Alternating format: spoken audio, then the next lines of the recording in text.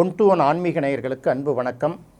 ஜோதிடத்தில் பல சுவையான தகவல்கள் இருக்குது. அதில் ஒரு தகவலை நம்ம இன்றைக்கி பார்ப்போம். பொதுவாக ஒருத்தருக்குடைய கடன், நோய், வம்பு, வழக்கு இதையெல்லாம் குறிக்கக்கூடியது ஆறாம் இடம். ஒருத்தருக்கு நோயை தீர்ப்பதற்கு என்ன பண்ணலாம் அப்படின்னா, ஜோதிட ரீதியாகவே சில விஷயங்கள் நமக்கு கொடுக்கப்பட்டிருக்கு. சிலருக்கு உடல்நிலை சரியில்லை, சில பேருக்கு பார்த்திங்கன்னா என்ன மருத்துவம் செய்தாலும் எந்த காலகட்டத்துக்கும் ஒத்து வராது அப்படின்னு பார்க்கும்போது அது என்ன பண்ணுவாங்கன்னா, ஆறாம் அதிபதி நம்ம ஜாதகத்தில் எந்த பாவத்தில் இருக்குது அப்படின்னு பார்த்துட்டா அந்த பாவங்கள் உடல் நோயால் சில விஷயங்கள் பாதிக்கப்படும். உதாரணத்துக்கு நம்ம இப்படி எடுத்துகிட்டு வருவோமே, லக்னம் அப்படிங்கிறது நம்ம 1ஆம் இடம் தலை எப்படின்னு எடுப்போம், 2ஆம் இடம் முகம்னு எடுப்போம், 3வது இடம் பார்க்கும்போது கழுத்து, ஷோல்டர், கைகள் எடுப்போம், 4ஆம் இடம் பார்த்திங்கன்னா மார்புன்னு எடுப்போம், 5ஆம் இடம் இருதயன்னு எடுப்போம், 6ஆம் இடம் இந்த 7ஆம் இடம் இதெல்லாம் பார்த்திங்கன்னா இடுப்பு, அடிவயிறு, மேல் வயிறு, முதுகெலும்பு இதெல்லாம் சேர்த்து எடுத்துருவோம். அதுக்கப்புறம் 8ஆம் இடம் அப்படின்னு பார்க்கும்போது அது பார்த்திங்கன்னா மர்ம உறுப்புகள், பாலின உறுப்புகள், சிறுநீரகம் இதை எல்லாத்தையும் எடுக்கிறோம். அப்புறம் 9ஆம் இடம் அப்படின்னு பார்க்கும்போது தொடை, 10ஆம் இடம்ங்கிறது நம்முடைய கால் முட்டி, 11ஆம் இடம்ங்கிறது கணுக்கால், 12ஆம் இடம்ங்கிறது பாதம். இப்படி நம்ம தொடர்ந்து பார்த்துக்கிட்டே வந்துட்டு இருக்கோம் இல்லையா. இதில் இன்னொரு விஷயத்தை நம்ம என்ன பார்க்கணும் அப்படின்னு பார்க்கும்போது, சில நேரங்களில் இந்த நட்சத்திரங்களும் பார்த்திங்கன்னா சில உடல் உறுப்புகளை குறிக்கும். அப்போ அந்த பர்டிகுலராக அந்த நட்சத்திரம் என்னென்ன உடல் உறுப்புகளை குறிக்கும் அப்படின்னு பார்க்கும்போது, பழங்கால ஜோதிட நூல்கள் பார்த்திங்கன்னா நம்ம அஸ்வினி, பரணியை தான் இப்போ நட்சத்திர வரிசையில் முதல்ல பார்க்குறோம்ல. பழங்கால ஜோதிட நூல்கள் பார்த்திங்கன்னா கார்த்திகை நட்சத்திரத்துலேருந்து தான் தொடங்கும். கார்த்திகை நட்சத்திரம்னால தலை, அதுக்கப்புறம் நெற்றி, புருவம், இந்த மாதிரி ஒரு நட்சத்திர வயசாக அப்படி திருப்பி கொண்டு வருவாங்க. அதே போல் ஒரு நட்சத்திரத்துக்கும் உரிய இடங்களையும் சொல்லப்பட்டிருக்குது. இந்த இடங்கள் எப்படி சொல்லப்பட்டிருக்குன்னு கேட்டிங்கன்னா, ஒரு பொருள் காணா போச்சுன்னா அது எந்த இடத்துல இருக்கும் அப்படின்னு கண்டுபிடிக்கிறதுக்கு முன்னால் எந்த நட்சத்திர சாரத்தில் இருக்குது அப்படின்னு பார்த்து அதை தேடினோம்னா அந்த இடத்துல கிடைக்கும் அப்படிங்கிறது சொல்கிறாங்க. இந்த 27 நட்சத்திரத்துக்கும் ஒரு பட்டியலே இருக்குது. அதை பின்னாடி வரக்கூடிய நிகழ்ச்சிகளில் நம்ம பார்ப்போம். அதே போல் உடல் உறுப்புகளை குறிக்கிற விஷயத்தையும் நம்ம பின்னாடி பார்ப்போம். இது ஒரு பக்கம் இருந்தால் கூட எல்லாருக்குமே பார்த்திங்கன்னா அந்த கடன் அப்படிங்கிறது ஒரு நெருக்கடியான விஷயமாக தானே இருக்குது. எல்லாருக்குமே இந்த கடன் இருக்கத்தான் செய்யும். உலக நாடுகளுக்கும் கடன் இருக்குது இல்லையா. அப்போ இந்த கடன்கிறது பார்த்திங்கன்னா எல்லை மீறி போகிறது எப்போ, நம்மளால் கடன் கட்ட முடியாமல் தவிக்கிறது எப்போ அப்படின்னு பார்க்கும்போது சின்ன சின்ன விஷயங்கள் தான். இது பார்த்திங்கன்னா நீங்கள் விரும்பிலாம் கடன் வாங்குறது இல்லை, நம்ம கட்டிடலாம் அப்படின்னு தான் நினச்சி கடன் வாங்குவோம். சில நேரங்களில் பார்க்கும்போது திருமணமானவர்கள் பார்க்கும்போது பிள்ளைகளோட படிப்பு தேவையில்லாமல் சில பேருக்கு உடல்நிலை சரியில்லாதனால வரக்கூடிய கடன், இப்படி பார்த்திங்கன்னா தவிர்க்க முடியாத கடன் உருவாயிடும். சில பேர் பேராசைப்பட்டு எதிலையாவது இன்வெஸ்ட் பண்ணி காசை வாங்கி பணத்தை வாங்கி இன்வெஸ்ட் பண்ணி அப்படி மாட்டிக்கிறவர்களும் உண்டு. இது எல்லாமே ஒரு பக்கம் இருக்கட்டும். இந்த கடனெல்லாம் எப்போ ஒருத்தவங்களுக்கு முடிவுக்கு வரும் அப்படின்னு பார்க்கும்போது, இந்த 6ஆம் அதிபதி, 6ஆம் இடம் இது எல்லாத்தையுமே நம்ம பார்க்குறோம் இல்லையா. உங்களுடைய ஜாதகத்தில் ஒரு சனிங்கிறது ஒரு இடத்துல இருக்கும். அந்த சனியை கோச்சார சனி எப்போ சந்திக்குது அப்படின்னு பார்க்கணும். உதாரணத்துக்கு இப்போ கோச்சார சனி மீனத்தில் இருக்குது, நமக்கு தெரியும். நம்ம திருக்கணிதப்படி பார்த்திங்கன்னா கூட கடந்த மார்ச் மாதத்திலிருந்து சனி மீனத்தில் தான் இருக்குது. நீங்கள் பிறக்கும்போது உங்களுடைய சனி மீனத்தில் இருந்திருந்தால், நீங்கள் பிறந்த ஜாதகத்தில் இருக்கக்கூடிய சனியை இப்போதைக்கு கோச்சார சனி கடக்கும்போது ஒரு மாற்றம் ஏற்படும் அப்படின்னு சொல்கிறாங்க இல்லையா. இந்த மாற்றம் அப்படிங்கிறது எப்போ உருவாகும் அப்படின்னு கேட்டிங்கன்னா, இது பார்த்திங்கன்னா உங்களுக்கு கடனை நீங்கள் நிவர்த்தி பண்ணும்போதும் உருவாகும்.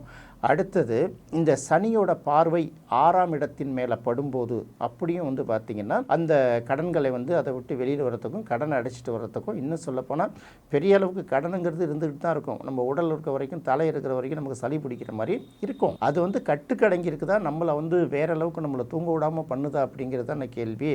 அப்போ 6ஆம் இடத்துக்கு சனி பார்வை கிடைக்கும் போது, நம்ம ஜென்ம ஜாதகத்தில் கிடைக்காட்டி கூட கோச்சார ரீதியாக இப்போ நிறைய பேருக்கு சந்தேகம் வரும், ராசிக்கு 6ஆம் இடமா லக்னத்துக்கு 6ஆம் இடமானு ஒரு சந்தேகம் வரும்ல. இந்த இடத்துல பார்க்கும்போது லக்னத்துக்கு 6ஆம் இடத்தை எடுத்துக்கோங்க. அதுக்கு இந்த கோச்சார சனியோட பார்வை படும்போது ஓரளவு கடன்லேருந்து விடுபடுவதற்கு ஒரு வாய்ப்பு இருக்குது. இது ஒரு லேசான தகவல் தான், இதை முழுமையான தகவல் எடுக்கக்கூடாது. அந்த 6ஆம் இடத்துல அப்புறம் என்னென்ன கிரகங்கள் இருக்குது, அதை எது பார்க்குது போகுது, இதெல்லாம் நம்ம சேர்த்து பார்க்கணும். இதெல்லாம் இருந்தால் கூட ஓரளவு அந்த ஒரு பிரச்சனை முற்றுக்கு வரும் அப்படின்னு சொல்லுவாங்க. அடுத்து பார்த்திங்கன்னா வழக்குகள் ஏதாவது இருந்தால் கூட பார்த்திங்கன்னா அப்போ இந்த வழக்குகள்லாம் முடிவுக்கு வர்றதுக்கு வாய்ப்பு இருக்குது.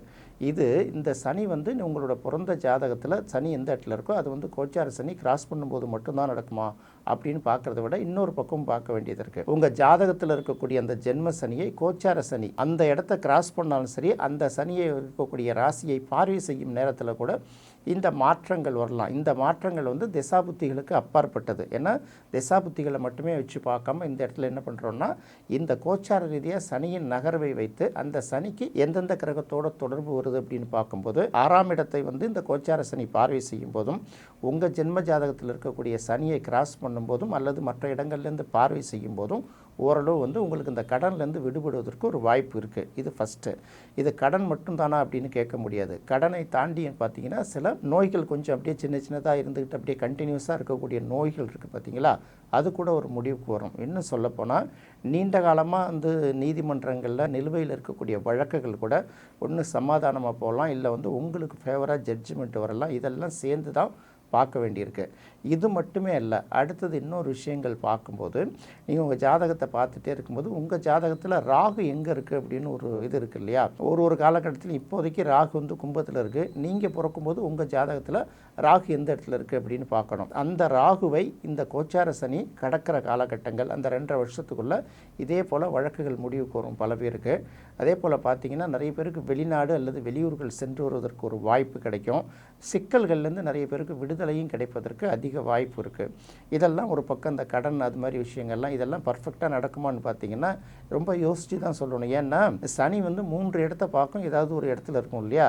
அந்த சனியோட மற்ற பார்வைகள் இருக்குல்ல, 3ஆம் இடம் 7ஆம் இடம் 10ஆம் இடம், இதில் வந்து வேறு சில கிரகங்களும் மாட்டிக்கும். சனியோட பகை கிரகங்களும் மாட்டிக்கும் போது இந்த பக்கம் நம்ம ரிலீஃப்னு சொன்னோம், ஆனால் இந்த கிரகம் இன்னொரு இடத்தையும் பார்க்குதுங்கும் போது அந்த பாதிப்பையும் சேர்த்து தான் சொல்லணுங்கிறதுனால இது வந்து ஒரு சின்ன டிப்ஸாக தான் நீங்கள் எடுத்துக்கணுமே தவிர இது முழுக்க அப்ளை பண்ணி பார்க்க முடியாது. ஜென்ம ஜாதகத்து சனிக்கு கோச்சார சனியோட பார்வை கிடைக்கும்போது ஒரு நல்ல விஷயம் ஏற்படும்னா கரெக்டு. சனியோட பார்வையோ சேர்க்கையோ சூரியன் செவ்வாய் போன்ற கிரகங்களுக்கும் ஏற்பட்டால், கேதுக்கு ஏற்பட்டால் அது வேறு மாதிரியான நெகட்டிவையும் சேர்த்து தானே பாதிக்கப்படும். அப்போ இரண்டத்தையும் அனலைஸ் பண்ணி தான் இந்தந்த நெருக்கடிகள் வரும், இந்தந்த வசதி வாய்ப்புகள் வருங்கிறதையும் கலந்து சொல்லணும். அடுத்தது பார்க்கும்போது நோய் அப்படின்னு ஒரு விஷயத்தை பார்க்குறோம். இந்த நோய்க்கு வந்து 6ஆம் இடம் நம்ம ஏற்கனவே பல இடங்களில் சொல்லியிருக்கோம்.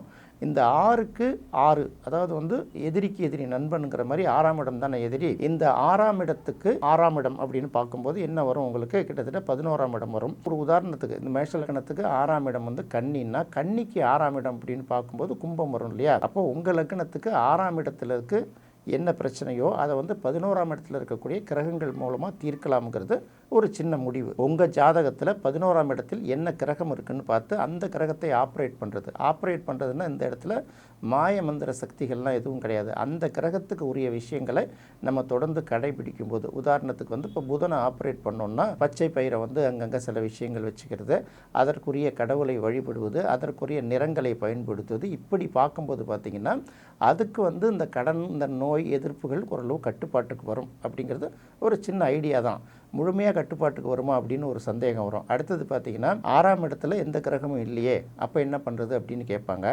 6ஆம் அதிபதி இருக்கும் இல்லையா, அதை வச்சு பார்த்து அதுக்கு தகுந்த மாதிரி அதை ஆப்ரேட் பண்ணும்போது இது வந்து ஒரு முடிவுக்கு வரும்.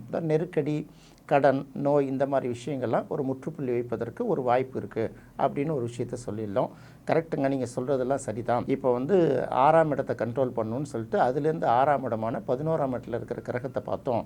அந்த இடத்துல பார்த்தீங்கன்னா 3 கிரகம் இருக்குது, அதில் எந்த கிரகத்தை எடுக்கிறதுன்னு ஒரு கேள்வி வரும் இல்லையா. அப்படி வரும்போது என்ன பண்ணலான்னா, அதிக பாகையை கடந்த கிரகம் எதுவோ அதை நீங்கள் எடுத்துக்கிட்டிங்கனாலே அது உபயோகமாக இருக்கும் அப்படிங்கிறது தான் இந்த இடத்துல நம்ம தெரிஞ்சுக்கணும். அடுத்து சில நோய் அப்படின்னு வரும்போது வசந்தன் ஐயா பல நூல்களில் தெளிவாக குறிப்பிட்டிருக்காரு. இது ரொம்ப நாளாக விவாதிச்சுட்டு இருக்கிற ஒரு விஷயம்தான். 6ஆம் அதிபதிங்கிறது நோயை குறிக்குது. 6ஆம் அதிபதி எந்த இடத்துல இருக்கோ அது சம்மந்தப்பட்ட உடல் உறுப்புகள் பாதிப்புகள் வரும், ஒரு நோய் சம்மந்தப்பட்ட விஷயங்கள் வரும்னா இந்த நோயை குணப்படுத்தக்கூடிய விஷயமும் அதுவே தான் கொடுக்குது. விஷத்தை விஷம் முறிக்குது அப்படின்னு சொல்கிற மாதிரி இந்த 6ஆம் அதிபதி எந்த நட்சத்திர சாரத்தில் அமர்ந்திருக்கிறது அப்படின்னு பார்க்கணும். அது வந்து சூரியனோட நட்சத்திரத்தில் அமர்ந்திருக்கலாம், இல்லை வந்து சந்திரனோட நட்சத்திரத்தில் அமர்ந்திருக்கலாம். இந்த மாதிரி எந்தெந்த கிரகங்களோட நட்சத்திரத்தில் அமர்ந்திருக்குன்னு பார்த்து அந்த நட்சத்திரத்துக்கு உரிய மருத்துவம். இப்போ நம்ம ஜென்ரலாகவே என்ன சொல்லுவோம், சூரியனுக்கு ஒரு மருத்துவ முறை இருக்கும், சந்திரனுக்கு ஒரு மருத்துவ முறை இருக்கும், செவ்வாய்க்கு ஒரு மருத்துவ முறை இருக்கும். இந்த மாதிரி பார்த்திங்கன்னா 9 கிரகங்களுக்கும் ஒரு மருத்துவ முறைகள் இருக்கும். அந்த மருத்துவ முறையை நாடி சிகிச்சைகள் பெற்றுக்கொள்ளும் போது நோய் குணமாவதற்கு வாய்ப்பு இருக்குங்கிறது ஒரு சின்ன விஷயம். எல்லா நோயும் குணமாயிடுமா, சில பேர் வந்து நோயால் கடுமையாக பாதிக்கப்படணுங்கிற சில விஷயங்கள் இருக்கும். சில பேருக்கு வந்து சின்ன சின்ன பாதிப்புகள் வந்து அதிலேருந்து மீண்டு வருவாங்கன்னு சொல்லலாம். சில பேருக்கு வந்து நோய் இருந்தால் கூட பார்த்திங்கன்னா கட்டுக்கு அடங்கி தான் இருக்கும், அவங்க அதை மீறி வந்து அவங்களால போக முடியும்னு சொல்கிறாங்கல்ல. இது எல்லாத்தையும் பார்த்துட்டு வரும்போது கடைசியாக லக்னாதிபதி ஒரு பார்வையை பார்த்துக்கோங்க அப்படிம்பாங்க. நிலம் நல்லா இருந்தால் தானே நம்மளால் உழ முடியும், தண்ணி பாய்ச்ச முடியும், அறுவடை பண்ண முடியும். நிலமே இல்லாதப்போ இதெல்லாம் கற்பனை பண்ணிட்டு ஒன்றும் ஆகாதில்ல. அதனால் லக்னாதிபதியோட வலிமையும் கொஞ்சம் சேர்த்துக்கிட்டு பார்க்கும்போது இந்த விஷயங்களை நீங்கள் எடுத்துக்கலாம். அடுத்தது 6ஆம் அதிபதி திசை நடக்கும்போது புது முயற்சிகள் பண்ணக்கூடாது, விவாகரத்து வரும், இப்படியெல்லாம் நிறைய சொல்லிகிட்டு இருப்பாங்க. அது ஒரு வகையில் சரிதான். ஏன்னா 7ஆம் இடத்துக்கு விரயம் அப்படின்னு பார்க்கும்போது 6ஆம் இடம் தானே. அப்போ திருமணம் சம்மந்தப்பட்ட சில பிரச்சனைகள் வருவதற்கு வாய்ப்பு அதிகமாக இருக்குது, இல்லைன்னு சொல்ல முடியாது. அடுத்தது பார்க்கும்போது இந்த 6ஆம் அதிபதிங்கிறது ஒரே ஒரு இடத்துக்குரிய கிரகமானு மட்டும் பார்த்துக்கணும். இப்போ 6ஆம் அதிபதி சூரியனாகவோ சந்திரனாகவோ இருந்தால் அது ஒரே ஒரு ராசி வீட்டுக்குரிய கிரகம். மற்ற கிரகங்களாக இருக்கிற பட்சத்தில் பார்த்திங்கன்னா அது 2 வீடுக்கு ரெப்ரசன்ட் பண்ணுறதுனால 2ஐயும் அனுசரித்து பலன் சொல்வது ஒரு நல்ல விஷயமா இருக்கும்.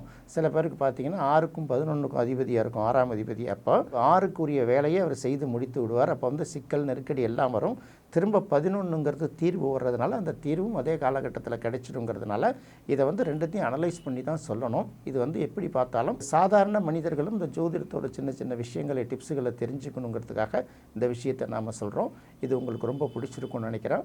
மீண்டும் மற்றொரு சுவையான நிகழ்ச்சியில் சந்திக்கலாம். நன்றி, வணக்கம்.